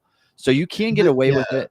The yards per carry were good, but Henry had the early fumble, and then they kind of stopped running the ball very much. So the efficiency numbers were still very good. It was just the overall production was low because they didn't really run the ball very much. So, what would be your game plan to try to balance out where you're not selling out too much for the run and letting Lamar kill you, and vice versa? To be honest with you, because of the way these games go sometimes, and the fact that, again, like your best path to victory, and I hate to say this is fan of the Steelers, is for the Ravens to mess up a lot on offense. Like, it's for the receivers to run the wrong route, to drop the ball, to this and that. I probably would, like, not all the time, obviously, but I would be selling out against the run a lot, because with anytime you're playing a team that is as well built and balanced offensively as the Ravens are, I'm going to go ahead and try to stop the thing that is more low variance, which is the run game with them. Like, it is consistently always just like a problem. I'd much rather attack that and hope that the passing game doesn't really work that well in that game, whether it's because of drops, mistakes, inaccuracy, whatever it is. Sell out against the run as much as you feel comfortable doing to try to keep Henry. Because the biggest thing with Henry is you have to send bodies at him, because once he gets up to speed, again, he's a freak. I don't understand. Like, it's still one of the craziest things in the NFL to me to watch over the past decade is Derrick Henry in the open field with a full head of steam. It doesn't look normal. Like, he's not a normal person. None of these guys are normal people, but you get he is somehow freakier than the rest of the freaks in the NFL. So you cannot let him get on a track and get going. Like, they have to bring bodies at the line. They have to limit his ability to get up to speed. So do that, and then you have to hope that Lamar has an off day, or the receivers, because Flowers aren't there, maybe they're not able to get open as often, and you can get a couple 3 and out, something like that. That's probably the best game plan. And will they do that? Probably not. So. Yeah, Shane, I would like to see a lot of run blitzing this game. Pretty much, yeah. Because you have to, and then maybe spy Lamar with Peyton Wilson or with Patrick Queen. Like, those are the two guys. I will let, if Aguilar kills you one-on-one, if Bateman kills you one-on-one, you got to live with that. You got to live with that, but you can't let the two superstars in this game destroy you. And so obviously that's a big one to watch there. TJ Watt gets a matchup with Rosengarten here, which is weirdly actually not a, it's a weird matchup, because Rosengarten's biggest problem is his anchor, and it's the one thing that TJ doesn't threaten very much is anchors, because he's not a power rusher. So it's weirdly not as good of a matchup as you'd imagine for the Steelers because of that. But obviously you give the edge to TJ because it's TJ. But because I do think a lot of people are going to go into thinking, they rookie right tackle. It's like he hasn't really performed that poorly against TJ in the two games. Yeah. So, like, I think that obviously you edge still TJ, but yeah. It's true, but like you talked about, I mean, it takes 1 play, 2 plays in that game. If you go and get a strip sack, you do something like that, that could shift the tides enough. And so, but you called it, it's Rosengarten's held his own up in that matchup where you don't really, I mean, we're probably not going to see that Flowers against Joey Porter matchup. That's gone one winner each there, if you will, Shane, because I think Flowers was a non-factor the first game. This last game, this previous game, he caught 5 of 8 targets for 100 yards, and so definitely made a much bigger impact this last time. But I would imagine if Flowers can't go, you're going to be seeing Porter lined up against Bateman, I would have to imagine, and then let everybody else try to see what they can do against the Steelers secondary. One player who's played really well in the secondary since the bye week is Peyton Wilson. And so that's a guy that I would kind of maybe even put him on a Mark Andrews and see how he fares in that matchup. Might as well. See what happens. It's really tough at this point, because you look at the Steelers defense, you're like, all right, we know that the pass rush is king. If they don't win, we lose, basically. But you still have to try to do some stuff behind them differently, to me. And I think one of the things is using Wilson more as like a designated, like, I want to erase this player in the passing game today. Let's put Wilson on him and let him use his athletic gifts to do so. And I don't think they do that enough. I mean, in the first matchup, you saw the insane interception he had on the Justice Hill will route. That's the type of stuff that Wilson can do because of his athleticism. Like, you have to try to take advantage of that. And I think putting him on Andrews is a really good idea, because Andrews doesn't have the it feels like I don't know if it's just me, but I've seen people talk about, he doesn't really run well anymore, it feels like, a lot of the time. Yeah. He can't really separate in the same way down the field, especially, that he used to. And so I think Wilson should be able to stick with him at least, especially if they try to go to him down the field. But it's a matchup that you would try to take advantage of, I think. Yeah, and for what it's worth, Shayne, Peyton Wilson's man coverage grade from week 10 to week 18, so right after the bye until the end of the season, 93.3 man coverage grade, including the spectacular one-handed interception against the Ravens of all teams. And so that pass to Justice Hill, where I don't know how he came with no that. idea. So still but yeah, I think that's worth exploring as well. Yeah. Any other matchups you wanted to highlight in this one? I mean, realistically, I would say the pass rush for the Ravens is not great overall, but Kyle Van Noy's had a great season. Like, the Steelers have to get, because Wilson's going to invite pressure, unfortunately, at this point in his career. We kind of know that. He's always been that type of player. They have to at least hold up enough for him to take those shots, right? Because that's what this offense, we talk about how it's going to win, is they have to be able to line up, take some shots, hit on a couple of them, run the ball effectively, which has been a problem, obviously. And they have to just play mistake-free football, because that's how this team is built. They're built to win if they don't make mistakes, and probably lose pretty badly if they do make mistakes. It's just kind of, we're on this razor's edge all the time, and they can't afford to tip over that edge too far in either direction. So that's definitely a big one too. The pass protection has to be good. Yeah, and the only other one that I would say, Shayne, is George Pickens against Nate Wiggins, who Wiggins has been really good for a quarterback. He's playing his best football right now. Marlon Humphrey, who plays a lot from the slot, is also in Pickens' head, and we got to hope that he kind of gets him out of there as well. Yeah. So it's going to be a big matchup. Doesn't get any bigger than this. We're talking playoffs here. If the Steelers move on, maybe that will spark the hope that they need to be able to make a splash in this playoffs. The route, though, is incredibly daunting. Like I said, the projected winner, based on the projected winners in terms of the odds right now, if the Steelers won this game, they would be at Kansas City, at Buffalo, and then whoever you end up playing in the Super Bowl after that. Really optimistic thinking there. But let's get to our game predictions, Shayne, to see what you do. And before we do that, before you give your prediction, I have NFL.com's predictions up here right now. Okay. Out of the 10 experts, do you want to venture a guess at how many picked the Steelers to win? I want to say 0, but I feel like somebody stuck their neck out there and said, I'll take the Steelers. It is 0. Okay. A straight 0, which across the board. Fair enough. So you talked about being backed into the corner as clear and obvious underdogs. Let's see if they can do anything with it. So Shayne, go ahead and give us your prediction for Steelers versus Ravens wildcard game on Saturday night. Okay. Before I do, real quick, I want to mention, because you talked about the Super Bowl path, if they had it.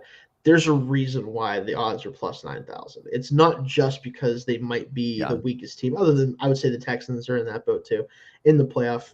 It's more so that the only way they could get to the Super Bowl realistically is that path, and that's just not going to happen probably. But anyway, as far as this game goes, I unfortunately am picking the Steelers to lose, of course. I will say the last time the Steelers lost back-to-back games against the Ravens was 2019. It has been a while since they've lost back-to-back games to this team. However, again, I do think this is a different Ravens team, and more specifically a different Lamar Jackson than they've gotten to face most of the time that they've played him. Yeah. And everything is just coming up Ravens versus Steelers right now. It just is. And, I don't know how much I believe in momentum. Ultimately, I do believe it is a thing in sports, because it's more of a mindset. It's more of how you feel and the confidence it gives you than anything else. But if there is momentum, if that is a real thing, Steelers certainly don't have it. Let me put it that way. So I do think they're going to cover the spread. You mentioned that earlier, too. I do think they will. I think this game isn't going to be a blowout. I think there's enough pride there, and I think there's enough, especially if Flowers doesn't play, enough going for them to at least keep this game within reach a lot of the time and making it hard on the Ravens. But I just don't think they have enough juice to compete. I think that ultimately they fall 24-17. I think the offense struggles most of the game. Defense gets a couple either turnovers or big plays to keep the Ravens from running up the score, but it ultimately isn't enough to give them a chance to win. All right, Shayne. And for anybody listening here, and I know that we've been talked about as being too negative before, we try to be as realistic as possible. Yeah, That's just it's what we do on this show. We call it like we see it. So, and I want to preface with that because I am not predicting the Steelers to win this game. I think that if you are, it does require a lot of optimism based on what we've seen, knowing that the Ravens finished the season hot, the Steelers finished the season cold. The Ravens have the number one offense in the league. The Steelers have been averaging 14 points a game over the last month. Yeah. There's a collection of factors that you want to go off of here, but common sense, the logic would tell us that this team is going to fall short. Now, having said that, AFC North football, yes, whether it's playoffs or not, regardless of how much more talent the Ravens might have, specifically on the offensive side of the ball because of Lamar Jackson, Derrick Henry, whatever, these games can still be close. Oftentimes they're decided by a field goal. I have the Ravens winning a 24-20 game. So not quite that field goal game, but I do think the Steelers will show enough respect after getting their butts beat over the past month of the season. They are going to come out swinging. They know what's on the line this game. And so in part of me, Shayne, there's a small part of me that wants to go with the Steelers because knowing how important this game is for Mike Tomlin specifically. Yeah. To snap that playoff drought. Everybody's been talking about it. He's been asked about it. 8 years. If we continue this past 8 years, conversations will be had. And he knows he's going to field questions about that as well. This is an important game.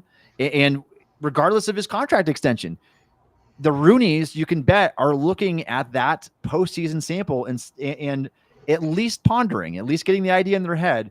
When is enough enough? When is it time to turn the page? And so I think that the game is going to be at least within a one-score game. And so I'm betting to cover the spread, although I do have the Ravens winning this one 24-20. Let's hope that you and I are wrong, Shayne. We've said it before. We have been wrong. We've predicted games wrong before. Obviously, if we come back next week and we are talking about a Steelers win, let's hope that it's convincing and not that just a bunch of fluky things happen, because we know that what will come with the Steelers win is probably a Russell Wilson contract extension and everybody's job is safe in the coaching staff. And so there's going to be some things that come with that. It's worth it if you can make a deep playoff push and if you can be a contender. But this team has been in a bad state, and I think that their struggles continue. They make this the 5th straight loss, counting the playoffs, and then the conversation starts about where do we go from here after this. If you guys have any predictions for Steelers Ravens, please drop them in the chat, or please leave a comment. Help us help the podcast get seen out there. Leave a comment, leave us a like, share it with your friends, whatever. If you've enjoyed listening to it, make sure you come back for more. We are here every single Wednesday at 1:30 p.m. Eastern time. Also be sure to check out Josh Yorish's show. It goes live post game. But after this, he's going to be at a new time, I believe, on Mondays, and he'll share that with you. You can go back and watch his show for the week too if you enjoyed what we did. He did more of a breakdown of the Bengals game and then where to go from there.